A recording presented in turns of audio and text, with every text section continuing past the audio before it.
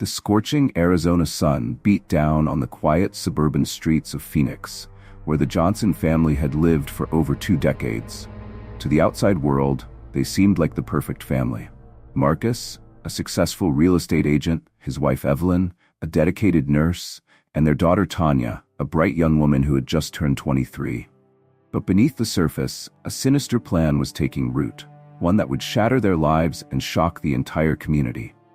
Marcus Johnson, at 52, was a tall, charismatic man with a smile that could charm anyone. His success in the cutthroat world of Phoenix real estate had brought the family a comfortable life, a spacious home in a gated community, and all the trappings of the American dream. But lately, that smile had become strained, and his eyes held a restless gleam that his wife of 25 years couldn't quite place. Evelyn Johnson, 48, had always been the backbone of the family. Her warm brown eyes and gentle demeanor made her a favorite among her patients at the local hospital. She'd put her own dreams on hold to support Marcus's career and raise their daughter. Now, with Tanya grown and independent, Evelyn was looking forward to rekindling the spark in her marriage and maybe even pursuing some of her own long-forgotten ambitions.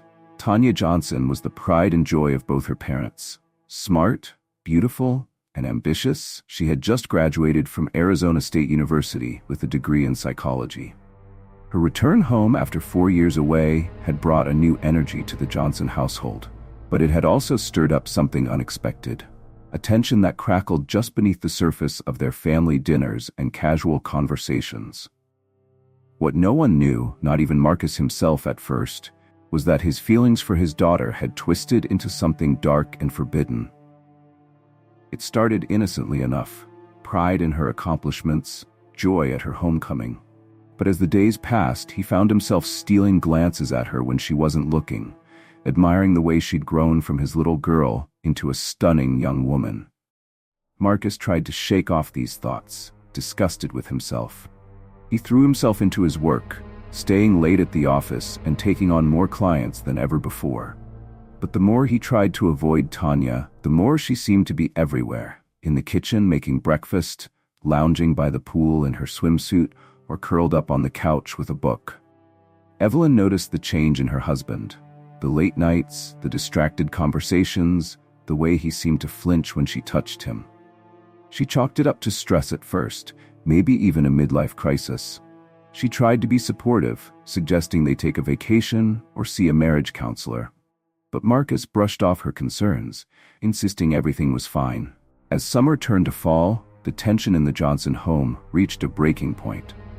Marcus could no longer deny the sick attraction he felt for Tanya. He knew it was wrong, knew it would destroy everything he'd built, but he couldn't stop the thoughts that plagued him day and night. One evening, as Evelyn worked a night shift at the hospital, Marcus found himself alone with Tanya. They sat on the back porch, watching the sunset paint the sky in shades of orange and pink. Tanya was talking about her plans for the future, her eyes bright with excitement. "I'm thinking of applying to grad school," she said, tucking a strand of hair behind her ear. "Maybe even here in Phoenix. What do you think, Dad?" Marcus felt his heart race. The thought of Tanya staying close, of seeing her every day, filled him with a mixture of elation and dread. That's great, sweetheart," he managed to say, his voice hoarse. Tanya looked at him, concern creasing her brow. "Are you okay, Dad? You've seemed off lately." It was that moment of genuine care in her eyes that pushed Marcus over the edge. Before he could stop himself, he leaned in and kissed her. For a split second, the world stood still. Then Tanya jerked back, her eyes wide with shock and disgust. "Dad! What the hell?" Marcus stumbled to his feet, shame and self-loathing washing over him. "I'm sorry. I'm so sorry," he mumbled, retreating into the house. That night, as Marcus lay awake beside his sleeping wife, he made a decision that would set in motion a chain of events none of them could have foreseen. He would eliminate the obstacle that stood between him and what he now saw as his twisted version of happiness. Evelyn had to go. But little did Marcus know, he wasn't the only one in the house harboring dark secrets and dangerous plans.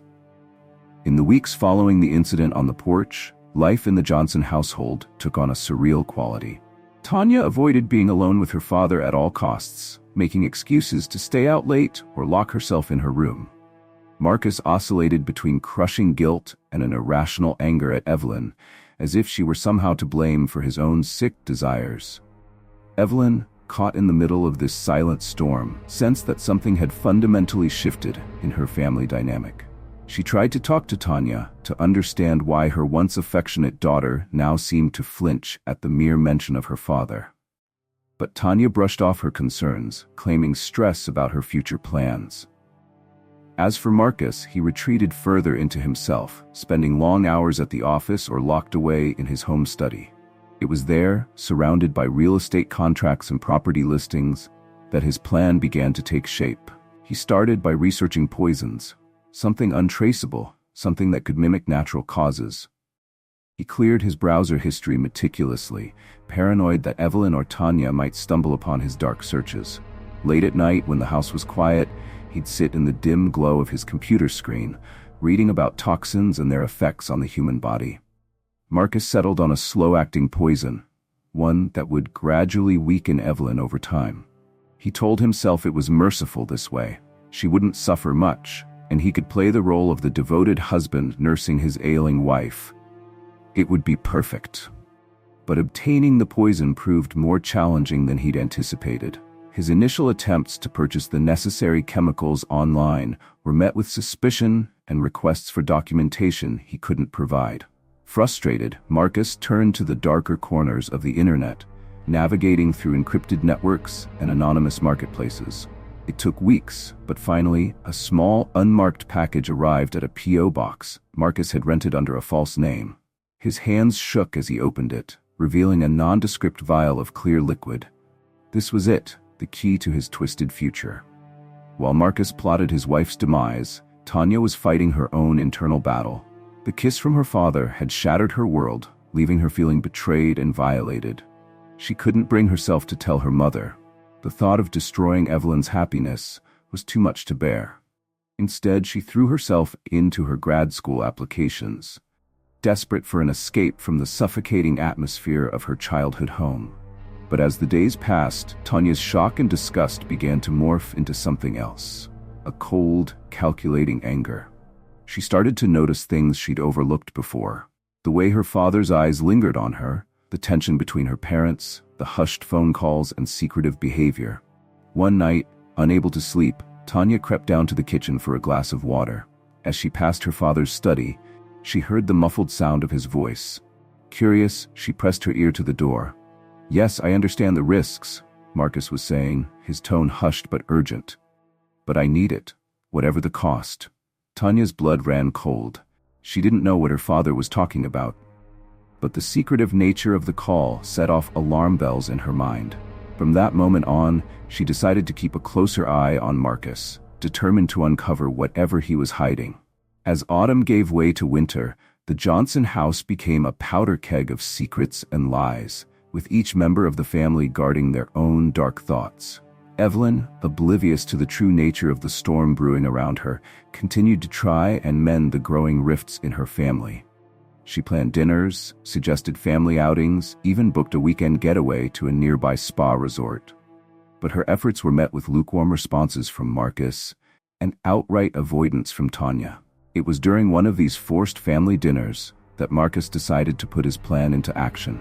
He'd prepared Evelyn's favorite meal, herb-crusted salmon with roasted vegetables. As he plated the food in the kitchen, he glanced over his shoulder to make sure he was alone. Then, with trembling hands, he uncapped the vial of poison and let 3 drops fall onto Evelyn's portion. "Dinner's ready," he called out, his voice sounding strangely high-pitched to his own ears. As they sat around the dining table, Marcus watched Evelyn take her first bite, his heart pounding so loudly he was sure the others could hear it. But nothing happened.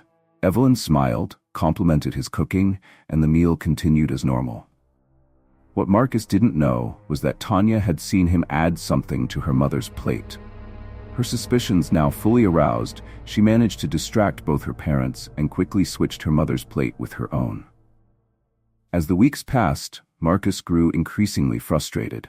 Evelyn showed no signs of illness, no gradual weakening as he'd expected. He increased the dosage, growing bolder in his administration of the poison. Still, nothing seemed to work. Meanwhile, Tanya was experiencing intermittent bouts of nausea and fatigue. She attributed it to stress at first, but as her symptoms worsened, a terrifying suspicion began to form in her mind. Could her father be trying to poison her mother? And if so, had she inadvertently been ingesting the poison herself? The once happy Johnson home had become a battleground of silent warfare. Marcus, consumed by his twisted desire and growing desperation. Tanya, sick and scared but determined to protect her mother. And Evelyn, still trying to hold her family together, unaware that she was at the center of a deadly plot. As Christmas approached, bringing with it a forced cheer that only heightened the underlying tension, all three members of the Johnson family were nearing their breaking points. Something had to give, and soon. Little did any of them know, the true twist in their tale was yet to come. A revelation that would turn their world upside down and change everything they thought they knew about each other. The holiday season in Phoenix brought a welcome respite from the usual heat, but inside the Johnson home, the atmosphere remained stifling. Christmas decorations adorned the house, a jarring contrast to the dark undercurrents swirling beneath the surface of their family life. Evelyn, ever the optimist, clung to the hope that the spirit of the season might bring her family back together. She threw herself into holiday preparations, baking cookies, hanging garlands, and planning a Christmas Eve dinner that she hoped would rekindle the warmth they'd lost. Marcus watched his wife's efforts with a mixture of guilt and impatience. The poison wasn't working as quickly as he'd hoped, and he was growing reckless. He'd increased the dosage to dangerous levels, no longer caring about subtlety.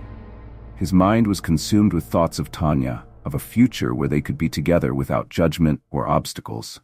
Tanya, for her part, was deteriorating rapidly. The poison she'd unknowingly ingested was taking its toll. She'd lost weight, her once vibrant skin had taken on a sickly pallor, and she was plagued by constant fatigue and nausea. Despite her condition, she refused to let her guard down. She'd installed a small camera in the kitchen, hidden among the Christmas decorations, hoping to catch her father in the act. As Christmas Eve approached, the tension in the house reached a fever pitch. Evelyn busied herself in the kitchen, preparing the holiday meal. Marcus hovered nearby, waiting for an opportunity to administer what he hoped would be the final dose of poison. And Tanya, weak but determined, watched the live feed from her hidden camera on her laptop upstairs. It was then that fate intervened in the form of an unexpected visitor. The doorbell rang, startling all three Johnsons out of their private thoughts. Evelyn wiped her hands on her apron and went to answer the door. Standing on the porch, looking nervous and out of place, was a young man Evelyn had never seen before. "Can I help you?" she asked, puzzled. The young man shifted uncomfortably. "Is Tanya home?"